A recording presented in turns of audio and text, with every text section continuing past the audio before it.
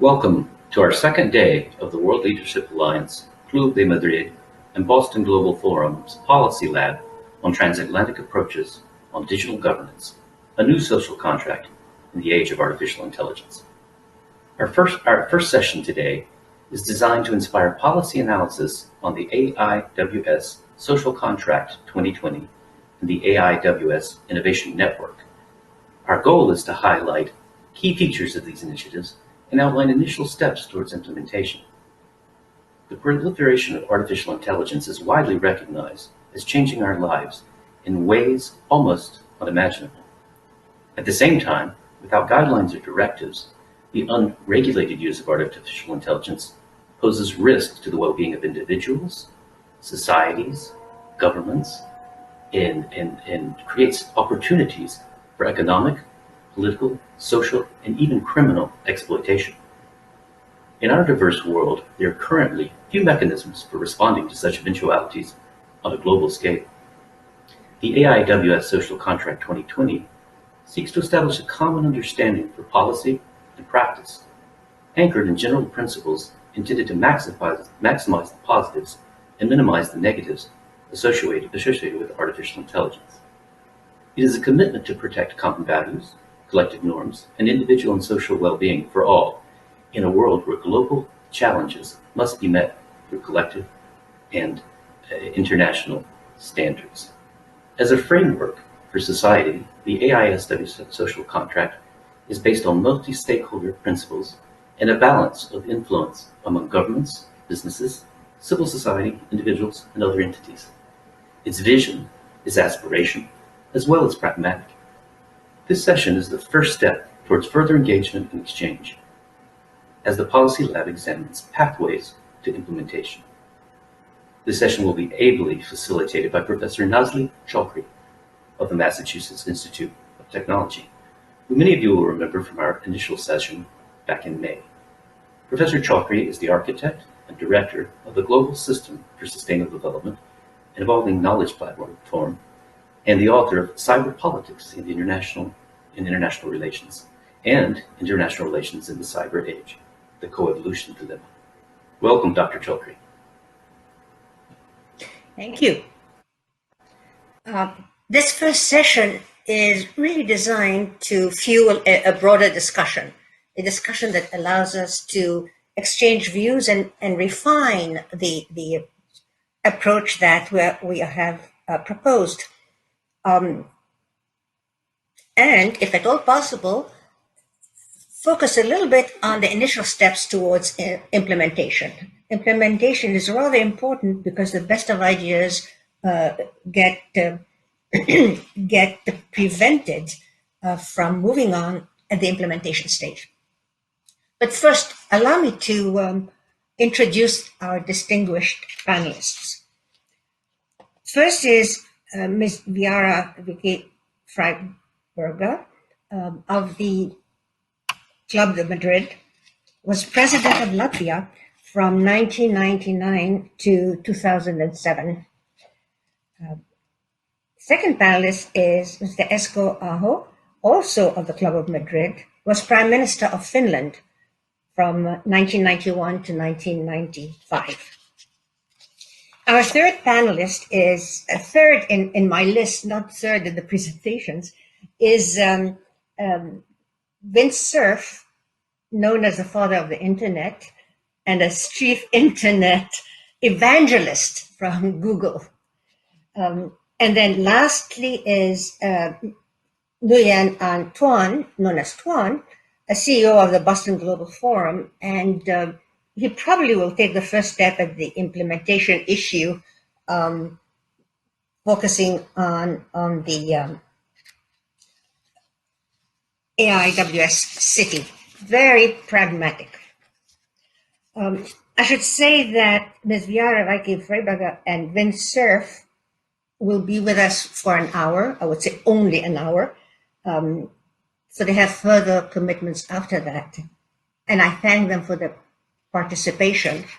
We will thank them later as well, but I wanted to make sure that we do that right now. So let me begin by noting the social contract text is authored by multiple individuals, and I'd like to share with you at least 10 of the principal signatories, as they're called. I'll do that very briefly, and then we move on to the substance of this first session.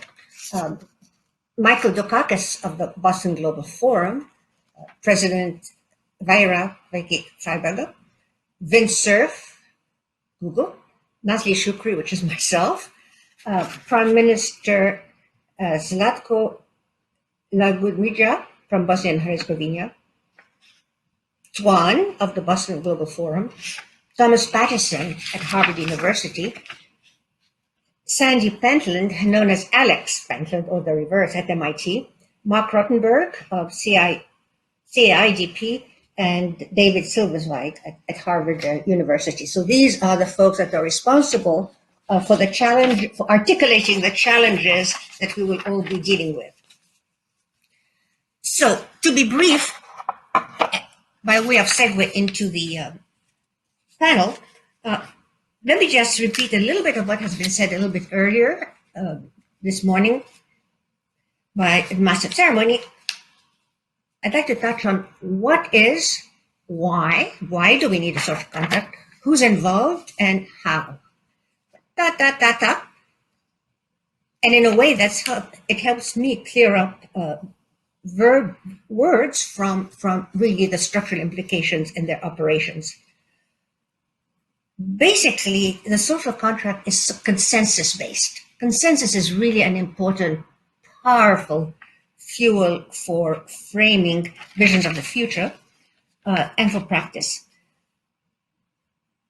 The commitment to the common good, collective norms, and collective action and leadership. Notice collective action and leadership. Based on multi-stakeholder principles, which has already been said, to this we should add, it's also based on the balance of influence. Balance of influence in society is very, very rare. Influence, the balance between government, businesses, civil society, individual, and so on. Balance framework. In sum, this is a vision, the what is a vision that is aspirational with pragmatic anchors. So part of what we would like to do is to push on the pragmatics. Now, why? Why do we need the social contract? It's already been stated, but let me put it a little bit differently. The rate of change in the technology domain, all technological domains, and especially in AI, is much faster than our ability to understand, recognize, keep up with, let alone regulate. I'm not arguing for regulation. I'm just pointing to the differential rates of change that we have to deal with, and the need to manage these realities. We need general principles to at least steer our way through and make sure that the unintended negative consequences don't get out of hand. In a world that is increasingly shaped by artificial intelligence in its various forms, by the Internet of Things, by big data, and so forth. Now, who is involved? And here I think we have rather interesting properties of the social contracts. Who is involved with respect to the commitments they make, the rights they have, the responsibilities, follow-up, and so forth. The authors of the contract have tried to simplify and to clarify by arguing that at least five groups of maybe cross-cutting categories of who. There are individuals like thee and me. We have rights, we have responsibilities, and we have special responsibilities to avoid the common bads. Of course, we have rights to education, political participation, and internet rights that we are seeing around the world being increasingly constrained. Second category are the governments. And we believe that governments have a leading role, a leading role in pushing, operationalizing, facilitating the social contract for the AI age. They can create incentives for citizens to use AI in respectable ways. They can also create, or must create, secure safety nets for citizens in all aspects of their existence, but especially in the internet ecosystem. Protect intellectual property rights and so forth. I don't need to read the whole social contract, but I do want to highlight that one of the responsibilities of governments is to collaborate with other governments to establish something like a democratic alliance for digital governance. And finally, in terms of important task of government and responsibilities is relation to the United Nations, to international organization, and incorporation, mutual incorporation of values and principles for operational purposes. Third, and other business entities who have a lot of rights that also come with accountability and responsibility. We tend to focus more when we look at the business community at the rights that they have. Perhaps we should focus a little bit more on accountability, responsibility at all levels. And they have a special task or a special position of working with government and civic society to create the people-centered AI ecosystem and AI society that we'll be talking about a little further. Fourth, but not final, is civil society. And here, civil society has the responsibility, not right. Right, of course, but responsibility to monitor governments and firms, to help and assist in remaining on course, supporting common values. Civil society is not, broadly defined, is not inert. It's not just a recipient. And I end now with the fifth category of who AI assists to provide the interface between the compliance required and established standards. Now, let me move on to how do we do all this? By reminding you of a few items that are in the text. Code of conduct. Code of conduct is usually considered simply aspirational, but if it's conduct, it's pragmatic and implementational. Very important implementation element on the House side is establishment of United Nations Convention on Artificial Intelligence to obligate governments and other entities to comply with international rules and to protect the rights in the AI age. Now, this is not really aspirational.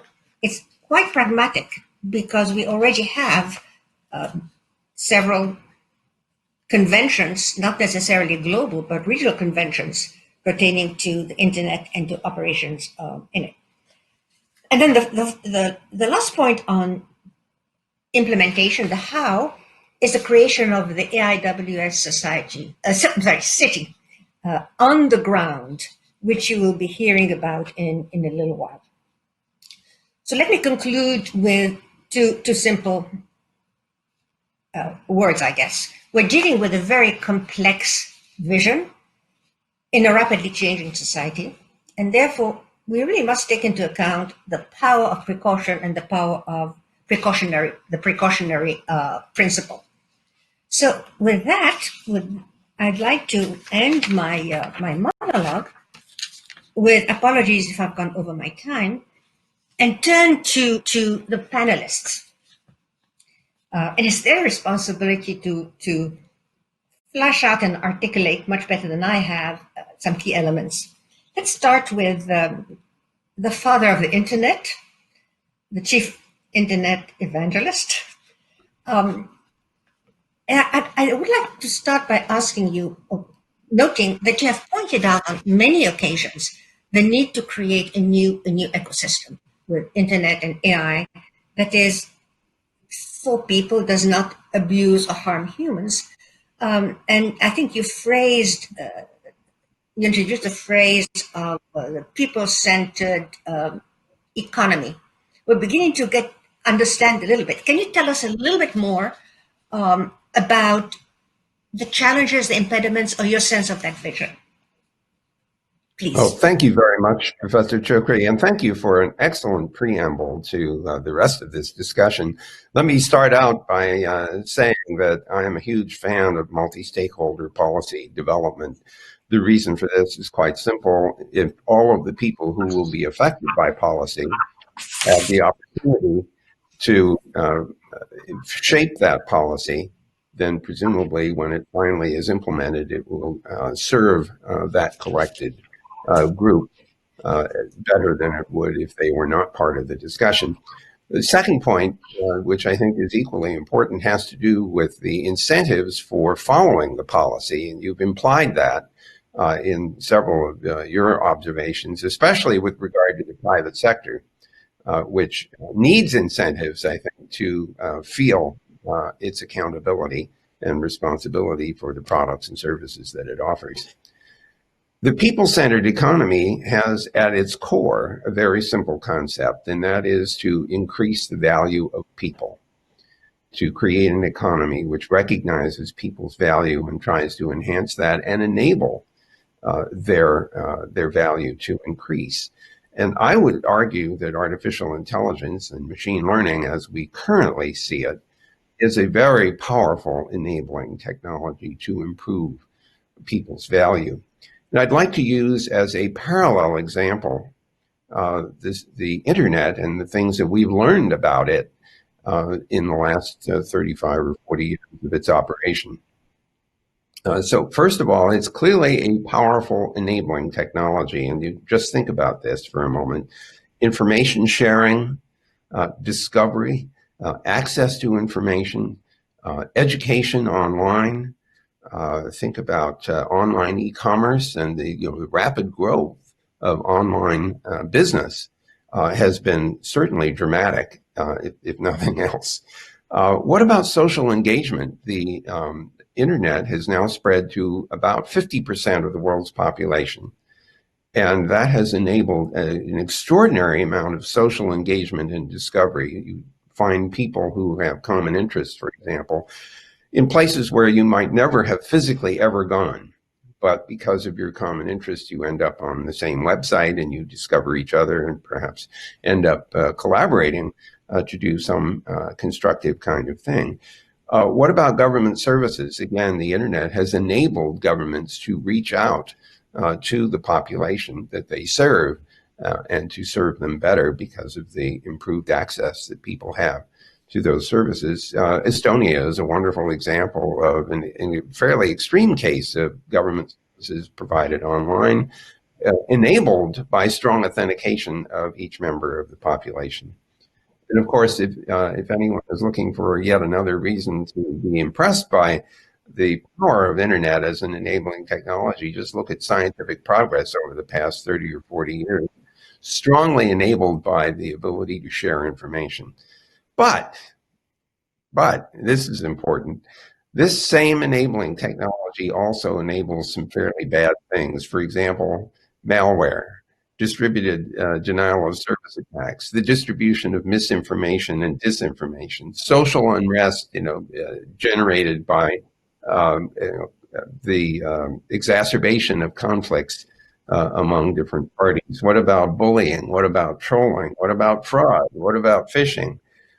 Plainly, when you're encountering technologies with this kind of power, we need to recognize that moderation and norms are required. And this is what Professor Chukli has very clearly articulated, that we need a way to moderate the use of these technologies so as to exacerbate or enhance, I should say, their value and reduce their abusive use.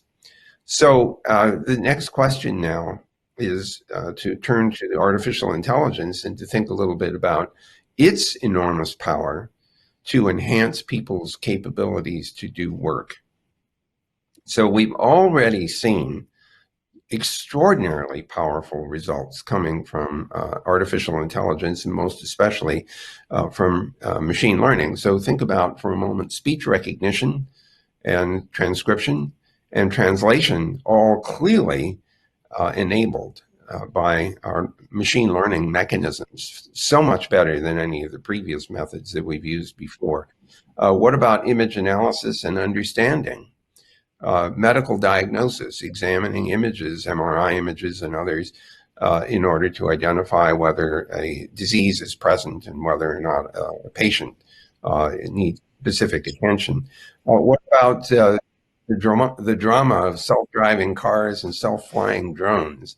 Again, very, very powerful technologies, enabling people who couldn't otherwise drive to use that kind of transportation. What about drug discovery? We've already heard about some very important results related to the COVID-19 pandemic, where the discovery of small molecules that might interfere with the ability of the virus to penetrate cells, again, enabled by machine learning and artificial intelligence.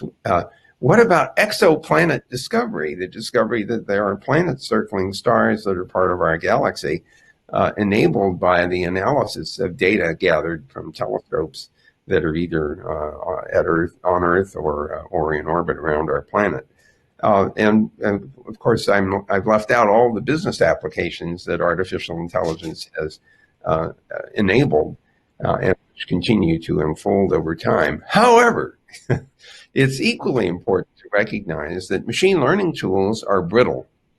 They are fragile. They make mistakes in unexpected ways. And some of those mistakes could have serious consequences, especially if you're trying to decide whether someone should be allowed to leave jail or get a loan or be admitted into a college. The various mechanisms for training machine learning tools involve examples, and if the examples have biases, then the resulting tools will have those biases. We have to be able to discover these brittle properties before we rely on the tools.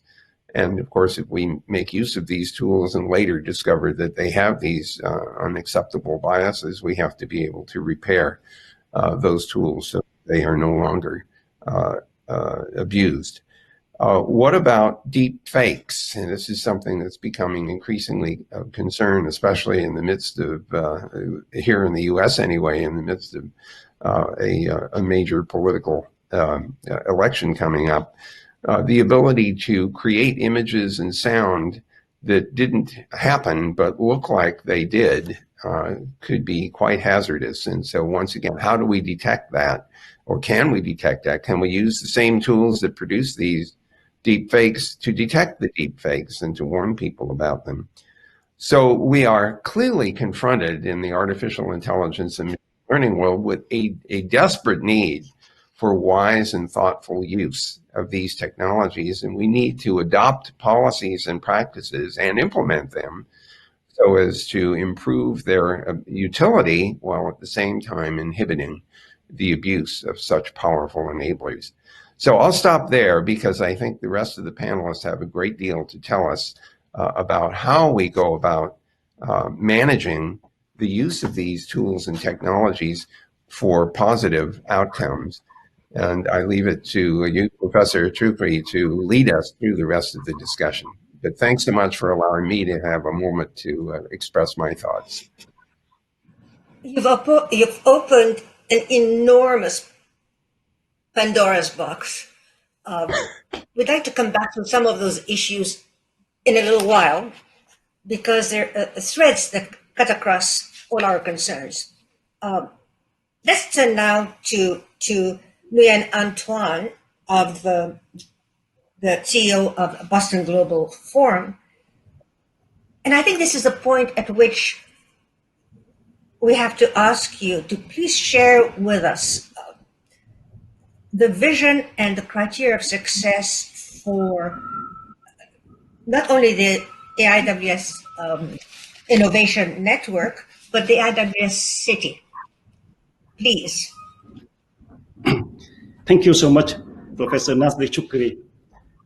First of all, I would like to say thank for our great co-author.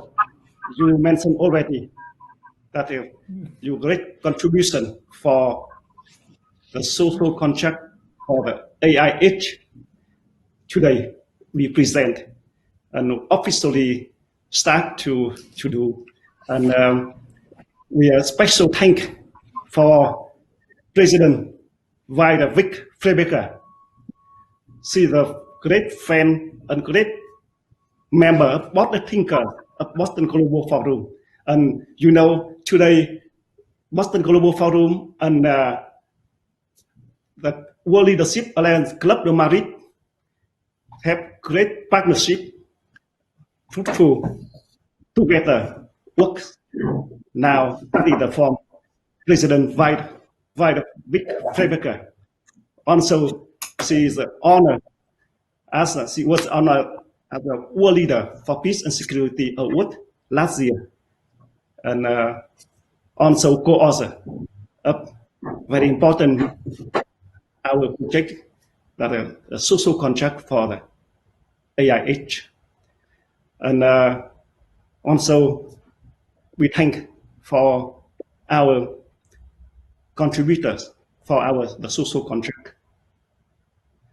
So one of the very important things that is we have concept that is the social contract is a platform, is a standard to connect between governments, between nations, between organizations, between companies, institutions in global. I think we were inspired by TCP/IP of Winsor. He is one of the father of the internet, and exciting. He is also a co-author and also mentor of AIWS.net, and he is honored as a world leader in AI Society Award last year. That is that special thanks for two great honor leaders and people, thinkers, join with us today also. And also, Nazli Chukri, you are great fan. And yes, that is the world today need standards, need great thing to platform to connect, and the social contract we do that way. And I think this is an inevitable trend of development, and it is protect human being from AI dangers. So I hope the social contract will be endorsed widely. And as Professor Nazli Chukri talked, that is that we think about practical. Everything we try to practical to apply our great concept in social contract and special people-centered economy, as Vincent have just presented. And we come up with ideas that is AIWS city, but AI Society city. We apply the standards of the social contract. And the AIWS city is an all digital virtual city based on trusted open data that applies the standards of social contract for the AI age, people-centered economy, chat-OT economy, and we apply and to build, enhance the civil society to become a thoughtful civil society as named intellectual society. And model for the AIWS city that as the city we have the component is government, business, civil society, individual. And what role of government? That government, we set up, build platform, technical platform, and logical platform for the city work, and to apply this platform, apply our standards of the social contract for the AIH, and also apply special and very important principle and concept and ideas from WinServe, that is the people-centered economy. That great, I think, WinServe very special and very fortunate with my life. In Nha Trang, Vietnam, I was inspired by TCP/IP to build up Vietnet from Nha Trang for Vietnam, the first TCP/IP network in Vietnam. And the second, here, that is he also inspired me and our group, our co-author, about that is the people-centered economy, that we freedom and give opportunity for every people in the world today have chance and they can work and live with their ability.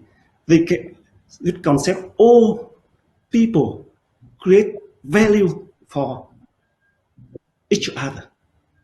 And value, what is the value? That is that we create new value system, that is the AIWS value system.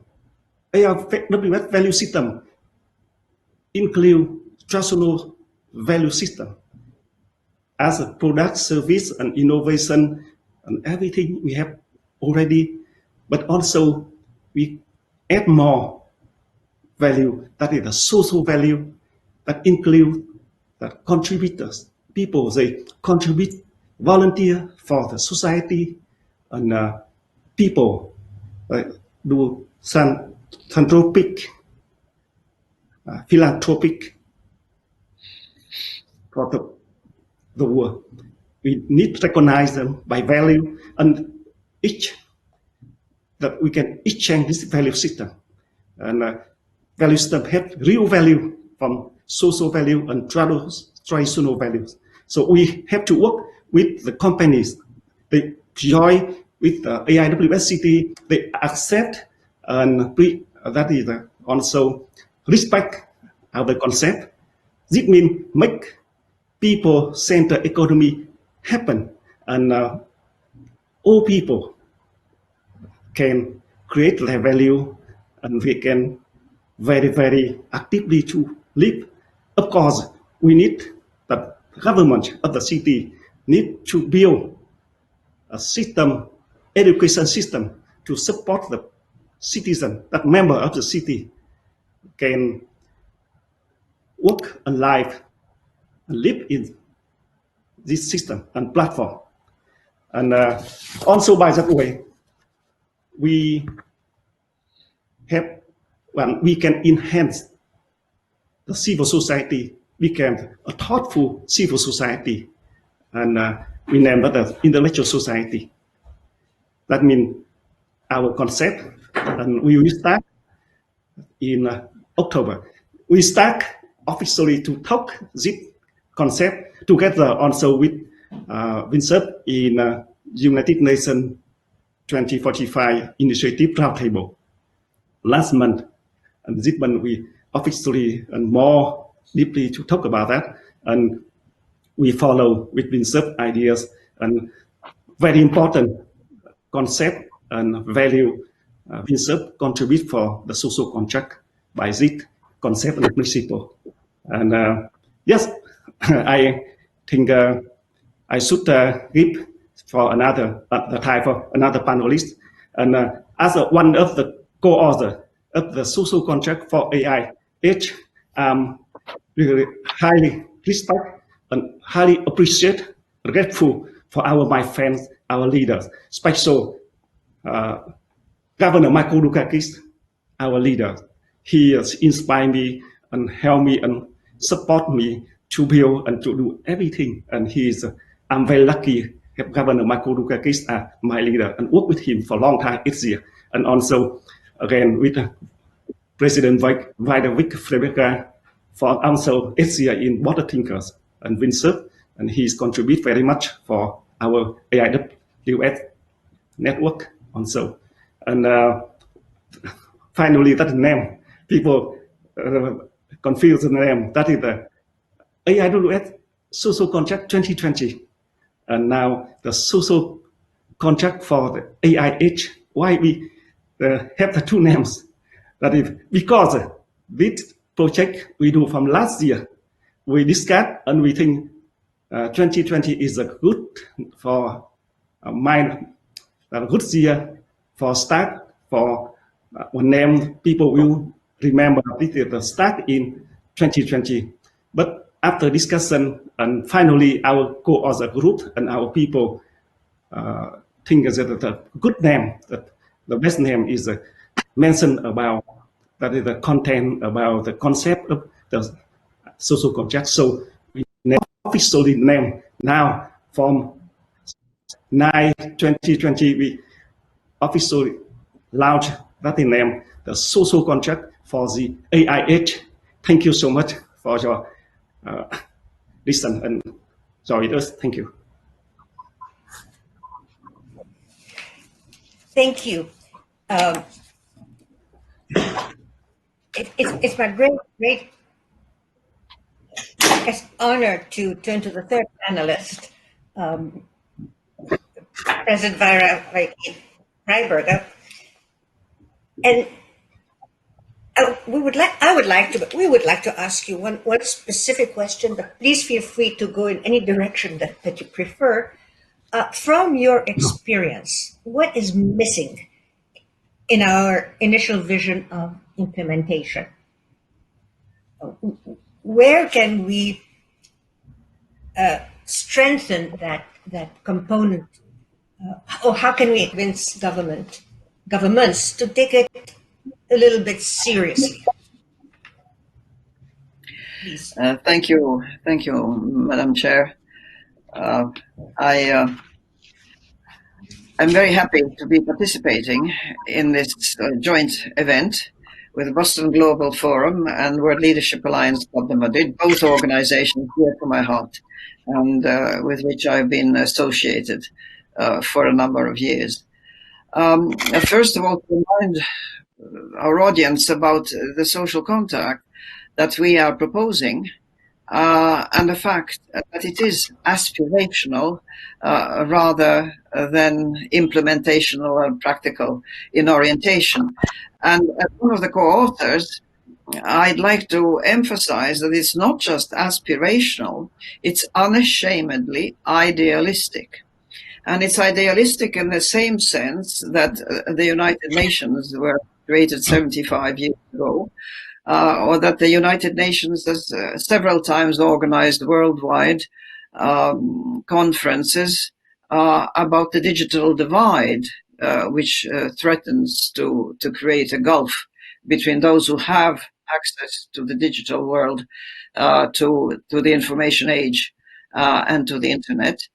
Years have gone by since then, and truly 2020, as an anniversary year for the United Nations, is appropriate to bring forth a document that reminds us how societies across the world have overcome innumerable obstacles and injustices within societies because the whole concept of social contract was first of all proposed by intellectuals, and I'm sure that at the time many of those in power thought it was completely illusory and just unrealistic, and yet we are living a realization of much of these Enlightenment era dreams. 2020 is a good year to start the new AI kind of world for a number of reasons. First of all, it reminds us that we shouldn't be superstitious. And just because the Mayan calendar ended in 2012 because they ran out of space on their stela, doesn't mean that we should have been expecting the end of the world. And obviously the world proved the contrary. That's one argument in favor of rationality. Secondly, governments do get feedback from their populations about whether they are able to live with the framework and the structure and the legal structure that has been proposed to them or not. They may go decades and a long time accepting unacceptable situations, but at some point the boil will burst and there will be unrest. I was struck by the fact that, for instance, in our global overview of things, we have not emphasized the need for basic sustenance. But with COVID-19 as a pandemic, interrupting food supply chains for many strata of society and also people in remote regions of our planet, I would remind you that many revolutions started precisely because of the lack of daily bread. The French Revolution being, of course, primary among them. Paris ran out of bread at one point, and Marie Antoinette did not advise people to eat cake. There just wasn't any to be had, and you had a very bloody revolution followed by a very bloody terror. It took decades and in fact, several centuries to get France where it is today. We would like the world today and tomorrow to move faster than that.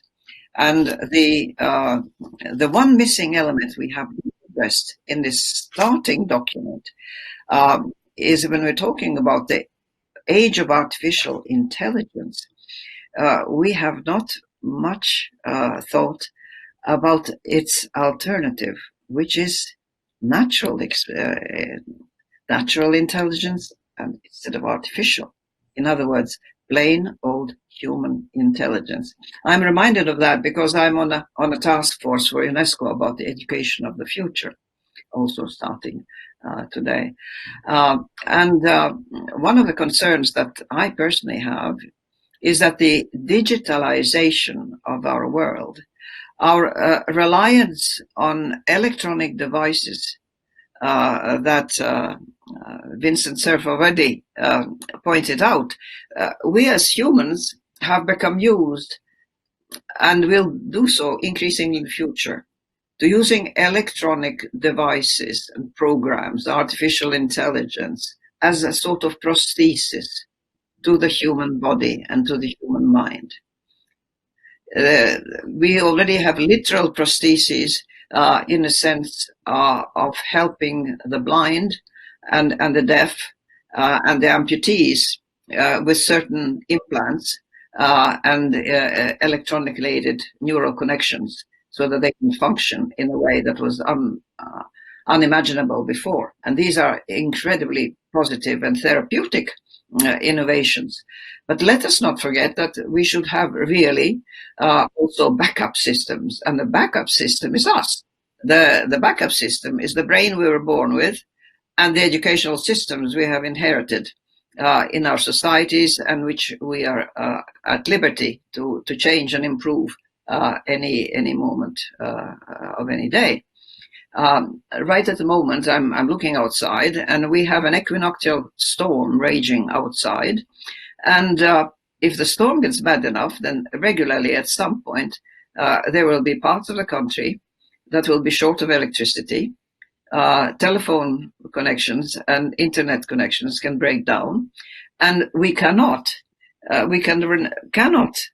build a world in which everything is built on the presumption of absolute, total, constant presence of these prosthetic kind of devices or arrangements that we all count on. Even small children nowadays rely on their cell phones and they scream if you take them away from them or their tablets and so on. But the backup system is us, and we should be in place. And let's not remember let's do remember the examples of those who have taken Zoology 101 and may remember the story of a species of salamander discovered in dark caves where for unknown lengths of time no light had penetrated. And how had they adapted to it? They have lost pigmentation of their skin, totally useless because there's no need for camouflage in darkness, and there's no ultraviolet radiation either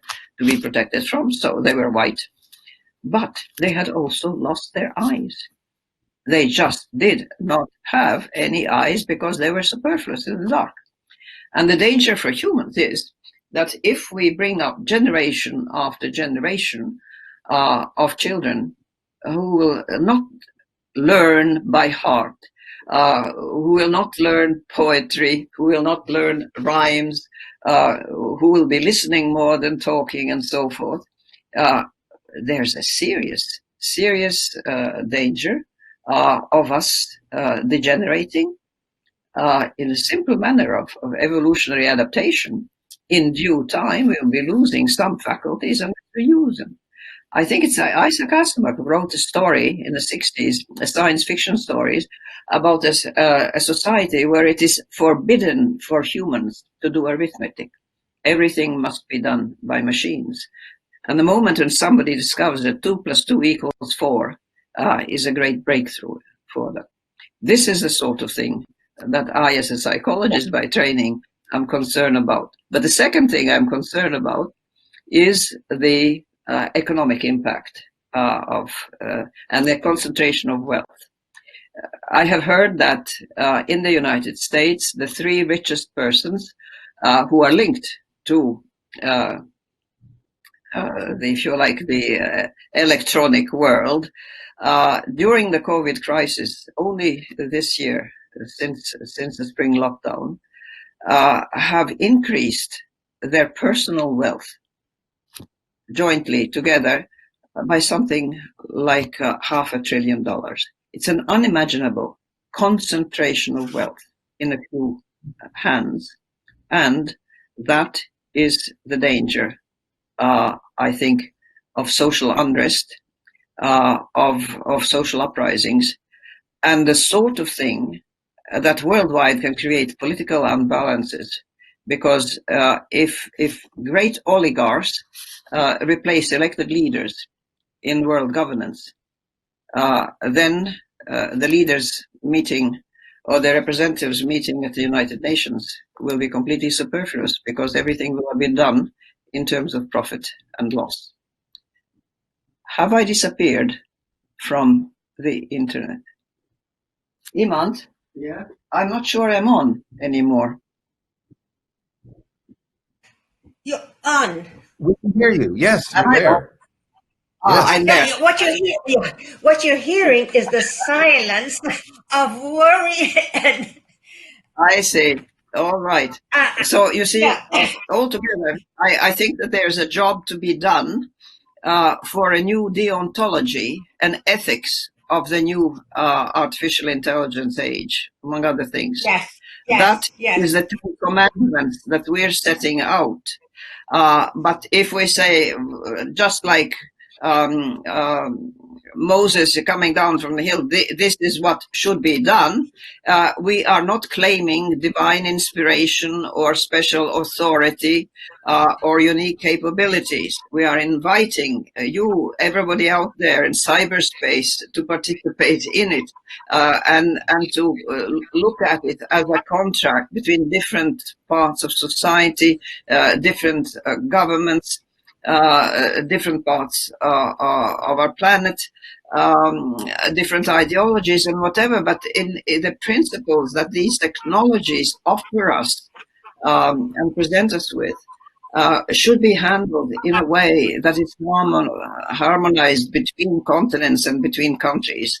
If each country retreats within its own borders and its self-imposed limits of influence, it's an illusion. The modern world, the electronic world, the world of the internet, transcends barriers. You cannot stop it. There are all sorts of attempts to do so for some countries to control the internet, but basically information will flow just as freely as the winds or the pollen of genetically manipulated plants will go across borders, etc., etc. So that the social contract that we need is one where a dialogue is established from different points of view, where the idea of a moral compass remains, the necessity of having a moral compass as to what is allowable and what is not allowable, what is desirable and what is undesirable, and yes, the practical things and their implementation first. Best practices, we should, as it is, point them out, publicize them, uh, glorify them, if you like, inform the public about them. But mostly, I think, sort of coalitions of the willing, ready to work on certain aspects of our contract.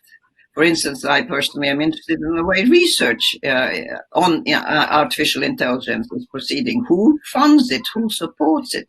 Uh, who gets the profits from the result, etc. How is the wealth distributed afterwards? That sort of thing, and so on and so forth. Different groups, different individuals may have different aspects of our social contract that they would wish to elaborate, to pursue a dialogue on. We could have separate conferences, I think, for each of the separate headings that we have in our social contract. I should like to think that this is the beginning of a beautiful friendship between those of us who know that the moral compass for the world governed by artificial intelligence, which is already upon us and will increasingly become so, is crucially necessary, so that we as humans still are the ones who govern it and not the machines or not a few persons who have concentrated wealth and power. Thank you.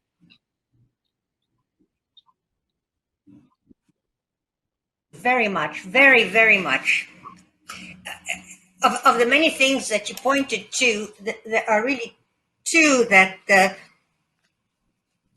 we have to come back to again and again and again. I don't think they're aspirational. I think they're really pragmatic. The notion of the backup system, humans' backup system. But you touch on the ontology. Ontology, that is fundamentally important.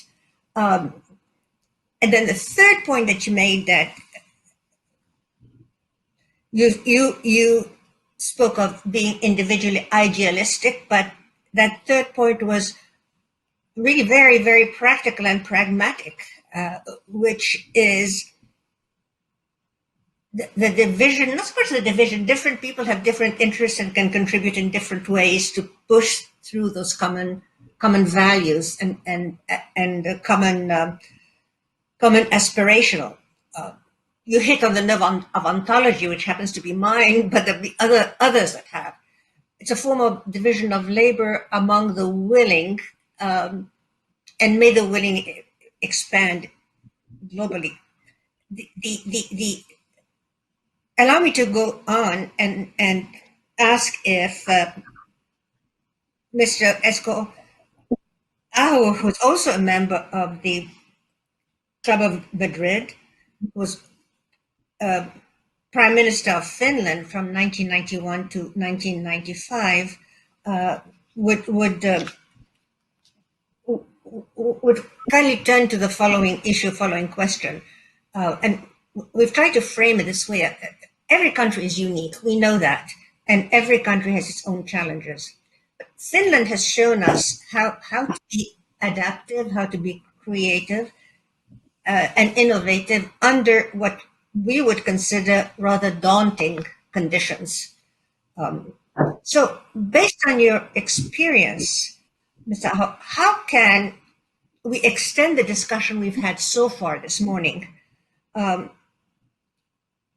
best support the trajectory that we're on? I apologize for the vagueness of the question, but I guess I'm asking you, given your experience, given your very fortunate geographical location, and given where we are now in this discussion, can you take us one step further, please? Thank you. Thank you so much. I think this is a challenging question, also challenging environment. I'm in a hotel room in Seoul in Korea just now, so that if the quality of the face is not good, it's not only because of the fact that I'm old, but it looks a bit older in these circumstances. But anyway, I'd like to start with a bit philosophical question. If I remember correctly, it was Albert Einstein who said that in order to understand future, you have to know history. I'd like to challenge him and to say that I'm not sure that knowing history gives that kind of capacity to predict the future, but knowing history makes it possible to understand what we are today and where we are today. And when I was asked about the Finnish experiences, it immediately came to my mind what happened with mobile revolution in 1980s and 1990s, even 2000s. I will not take an example from Finland, but let's take an example from India. The Club of Rome proposed or suggested or analyzed early 1970s that billions of Indians and Chinese will never be able to be connected to the global telecommunication network.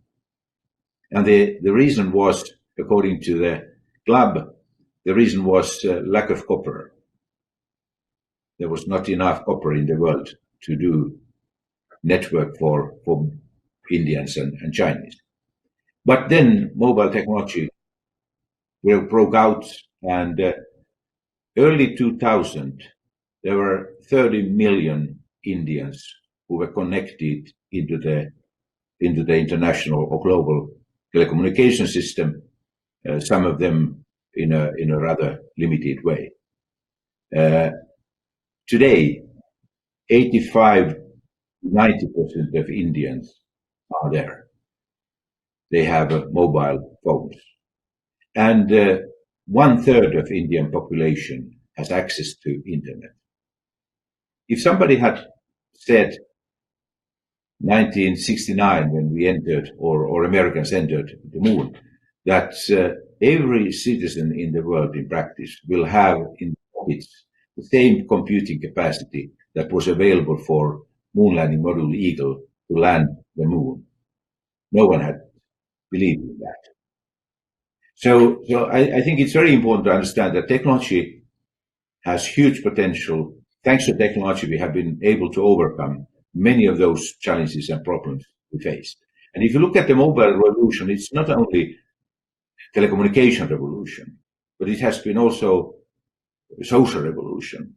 It has been even environmental revolution. We have been able to do this with a limited number or limited amount of resources, and we save a lot of energy and resources when using this mobile technology. So it was conceptual thing.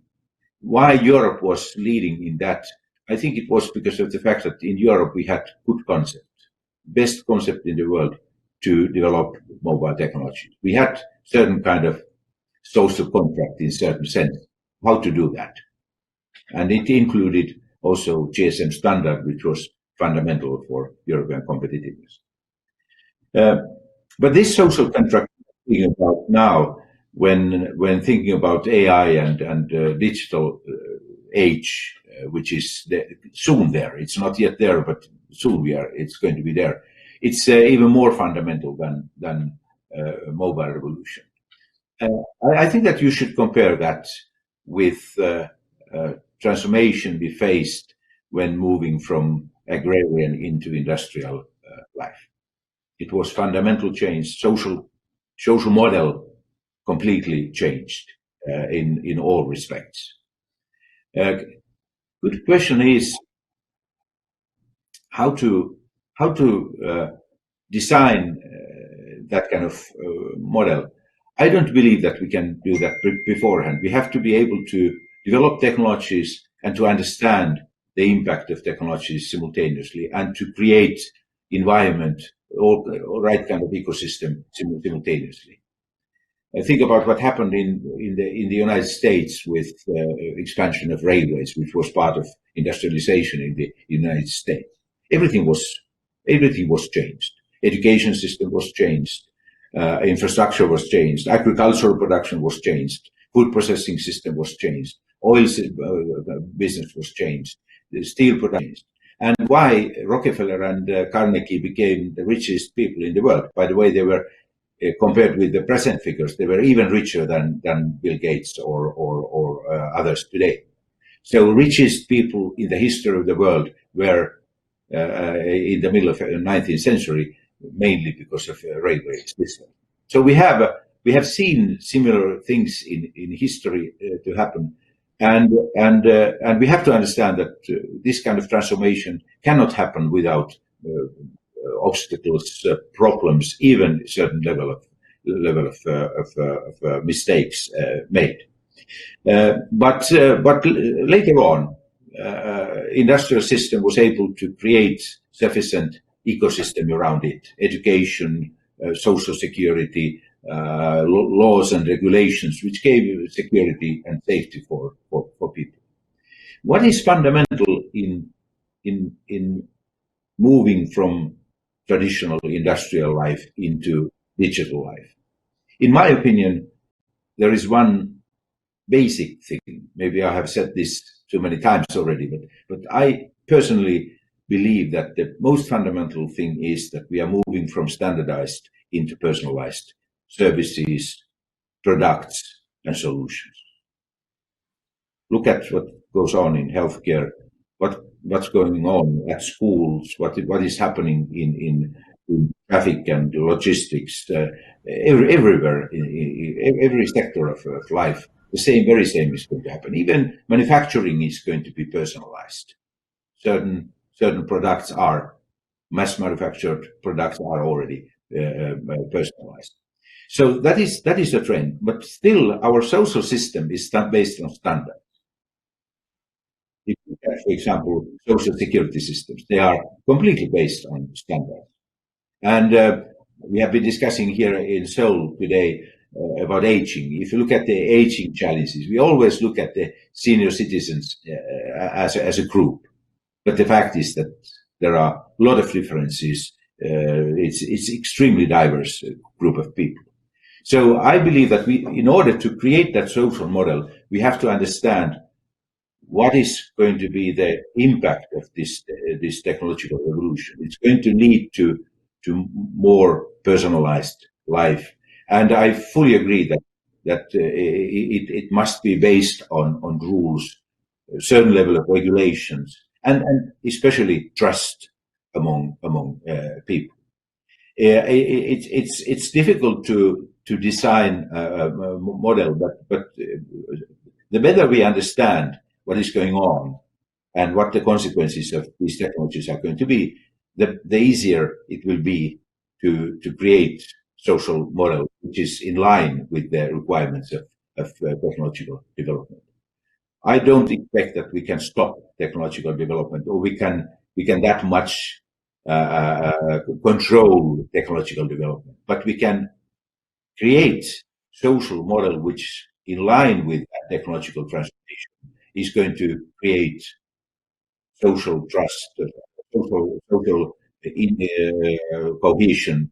It's promoting equality. It's promoting good things, and both AI and all other digital tools can do that.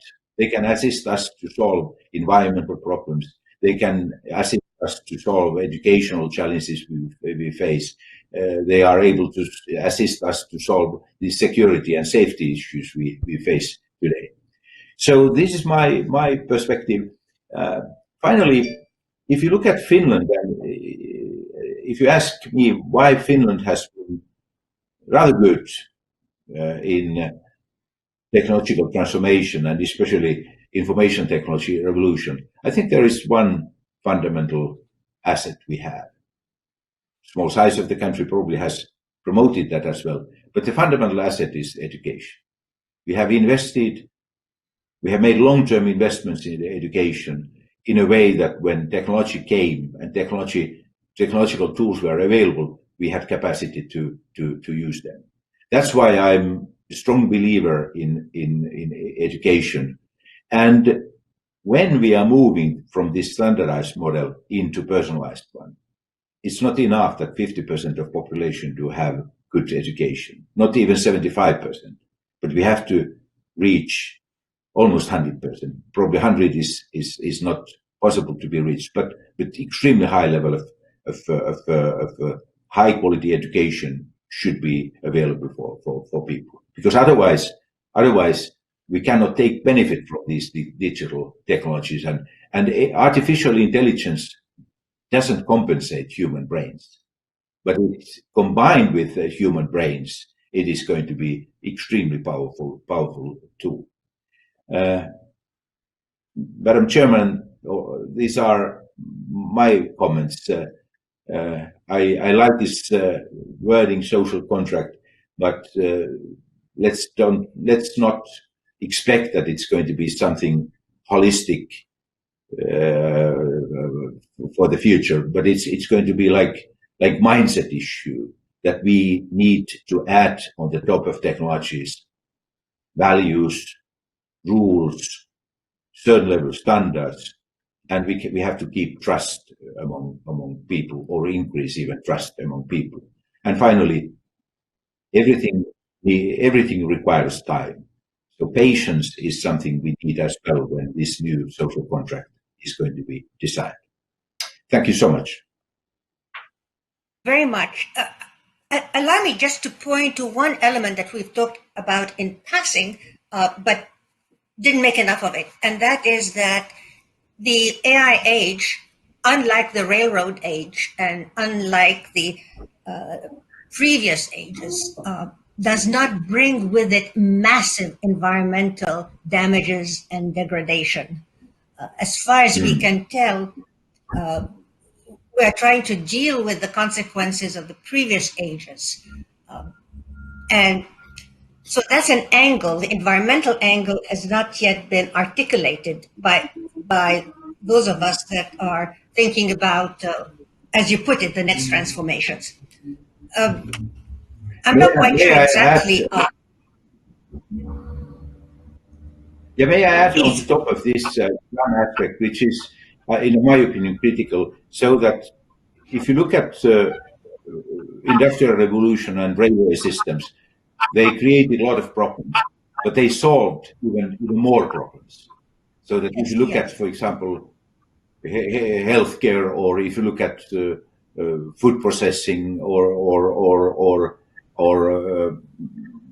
equality between people as well, the total impact was positive, in spite of the fact that they had negative consequences as well. But they were, as you said, they were different type of negative consequences than the negative consequences of AI. The transcontinental railway in Canada. I was going to ask you, Madam President, if you would like, because you have to leave, if you would like to comment, give us another thing to worry I have about. managed to be able to stay on for a while yet, but certainly I liked very much the lessons from the past. One of the things about railways that they did is, for instance, a country like Canada was born because of a railway that was built through to the west. Without it, it would have remained Quebec and Ontario, and possibly the maritime provinces no more. There are always these long-term consequences that are sometimes anticipated and sometimes not.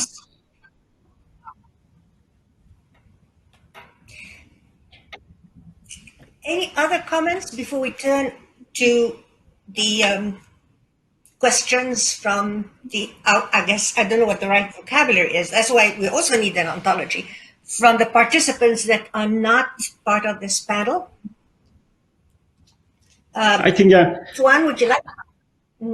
Yes, because you you asked me about that is how that is implement a social contract and how implement AIWS City and how to think that a successful of AIWS.net and AIWS City. So I say some ideas about that. The first that I think we practice try to do together with our partners, with World Leadership Alliance Club de Madrid, that our members of Club de Madrid is a wonderful, high impact and great enthusiast.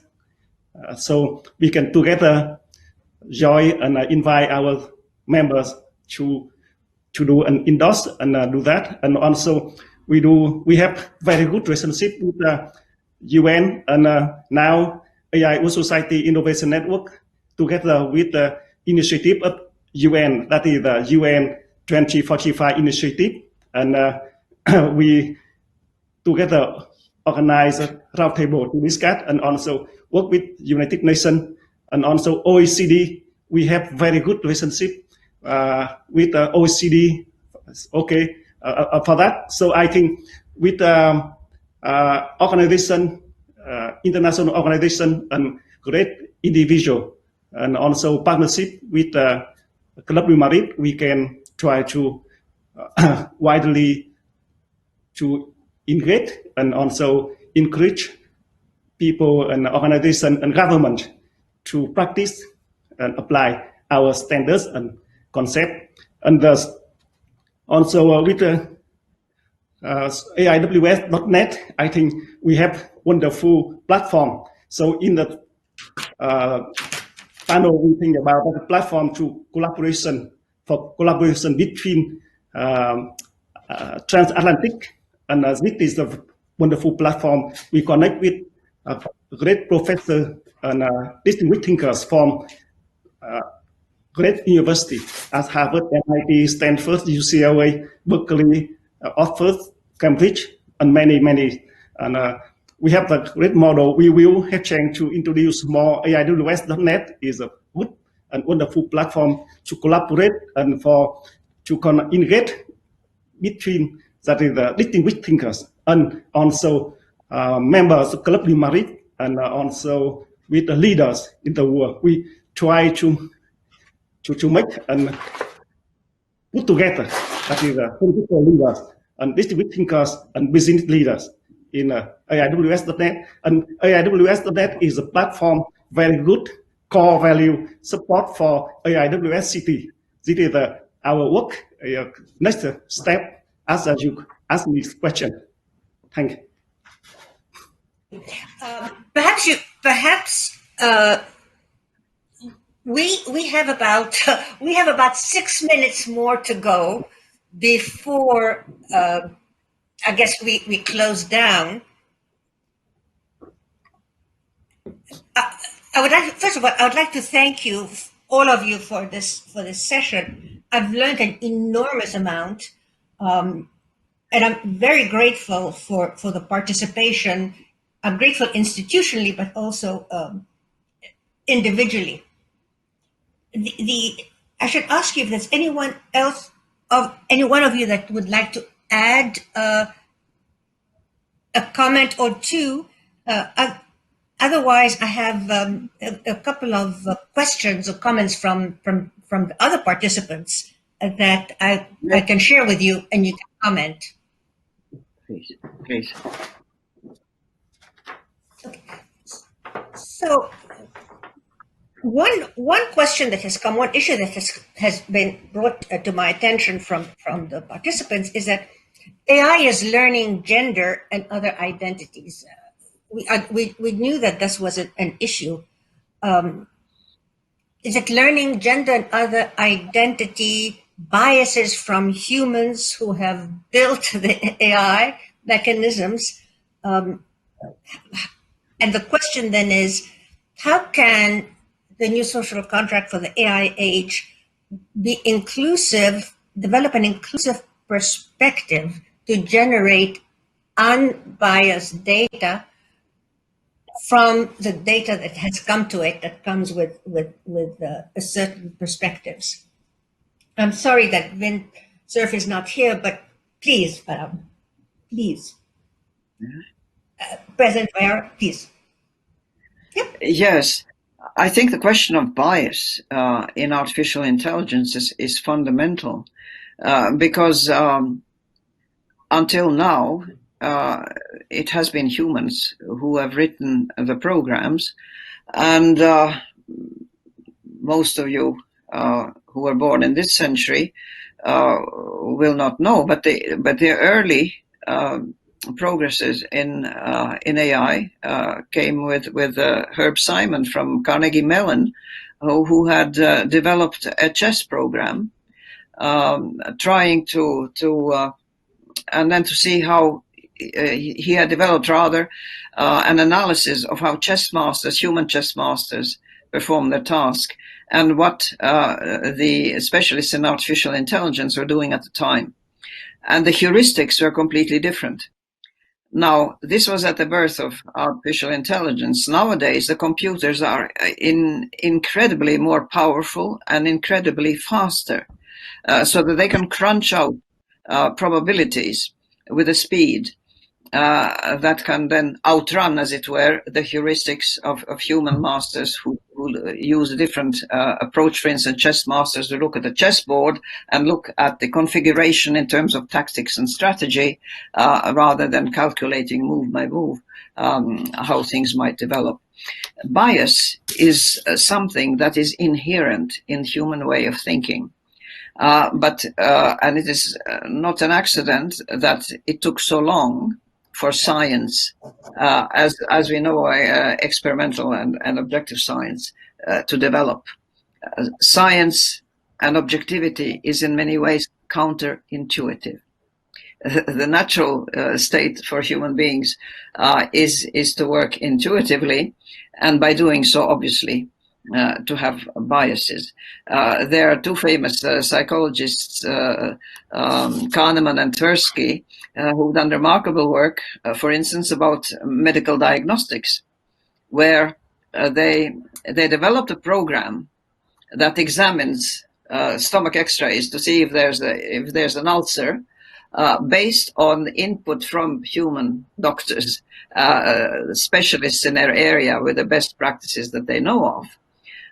But they found that the program created on the basis of the expert knowledge gave a better result than the experts themselves. So that the biases have to be identified in each case.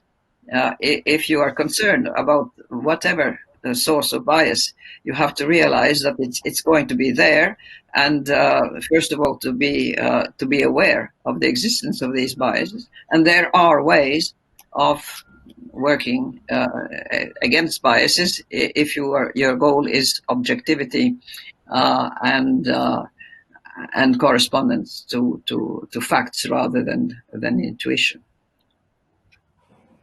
Thank you. So we're coming to the end now. I have one idea. My request is that you please. Yep. Follow with President Rebecca. I have ideas. That is for bias, we can prevent bias of AI with new models. That is causal inference from Professor Julia Pern, UCLA. He also was a award this year, the world leader in AI society. He is have new concept, new model, new methodology, and by this way that it can make revolution in AI, and we can prevent bias in AI. By this concept, we will introduce more, and the people want to see to learn about that can join to AIWS.net and to see we have a section about it. That is the modern causal inference. Yeah, we support for that prevent the AI bias. Yes. May I ask Mr. Esco, please? Yeah, thank you. Yeah, I'd like to say a couple of words. For the first, I think this example of medical diagnosis is very good, so that I expect that the biases in the existing system are even much more complicated and difficult than biases potentially included into the AI system. Actually, Daniel Kahneman, speaking about our asymmetric approach to risks, so that we have a equal opportunity to win and lose. We want to keep what we have. It means that we accept existing problems and existing weaknesses easier than opportunities for the future or risks included into that. And finally, about this chess playing. The first, it was Deep Blue. This first digital system which was able to win Garry Kasparov, the world champion in chess. But later on, one young Norwegian guy came and he was winning world championship because he played in a totally different way. All others had been trained according to the software created for chess, and he was breaking that. So I believe that in spite of the fact that AI is going to have huge and powerful capacity, even bigger than human brains in the future, but human brains have certain capacities that never can be compensated by the AI. And I think this is in the fundamental part of the social contract as well, that we have to understand and rely that human brains are still not able to be compensated. I think this is an absolutely excellent note to close this session. With your permission, I will forego the summary of what we went through, but I would like to thank you for giving us, articulating very important markers for us to come back to and to understand a little bit better. Allow me to thank you very much, and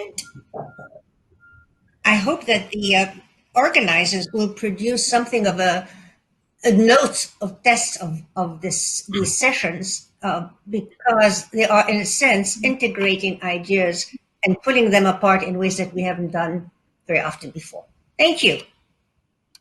Thank you. Thank you so much. Thank you. Thank you so much. Thank you, President. Thank you, Professor Chokri, President Vika Freiberga, Prime Minister Aho, Vint Cerf, and our good friend Tuan. We will definitely be preparing notes and policy outputs from the important parameters that you have defined in this session.